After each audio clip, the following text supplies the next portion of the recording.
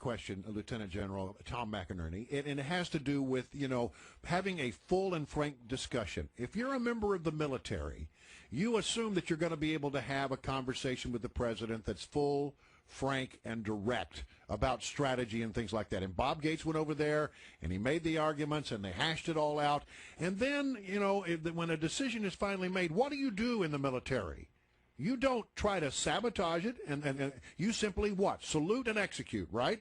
Yes. All right. So then is it fair, after you've had your say, decision was made, he's the President of the United States, is it fair then to come back and write a book that questions that whole process? Yes.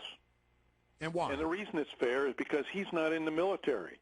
He's civilian leadership. Civilian leadership, right. He is the one that should be challenging a failed strategy. Well, it's very clear from what he had to say that there were real attacks in these meetings in the Situation Room or Absolutely. the briefing room that attacked both, Bob Gates, Petraeus, and others. Yeah, look, Donilon and others were just terrible in this particular thing. But I'd heard that, 3-4 years ago. That word came through the general officer net. The fact is. I think Gates is doing the nation a service, and it's important because we are not out of Afghanistan yet. Right.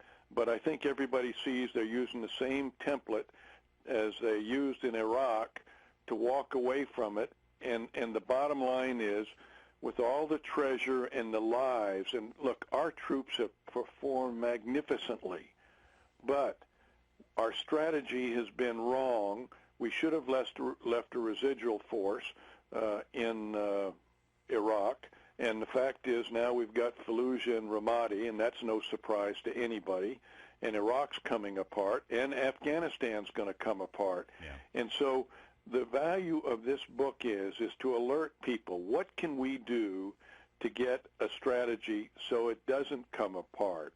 And look, the Middle East is coming apart with this administration's policy. Look at Libya. We should never have gone into Libya. Gaddafi was on our side. Look at Egypt.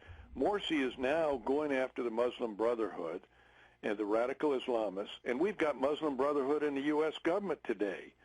And so look at what's going on in Syria. Who from the Muslim Brotherhood is in the U.S. government right now? Who? Yes.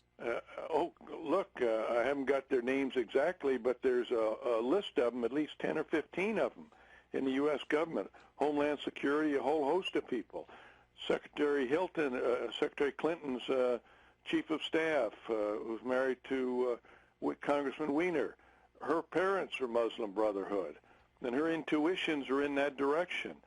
There are a whole host of people, Larry, all right, in this government, and I didn't come prepared to give you names, well, listen, because you threw it out there, I just wanted to, because I'd not heard that on the show offered, so I wanted to just follow up. All right. Frank Gaffney or Claire Lopez, they all know the names. All right, General McInerney, we've got to leave it there. Thank you so much for joining us, though, and lending your very specific expertise to this book from Secretary of Defense Bob Gates. Thank you, sir. Thanks, Larry, Brian.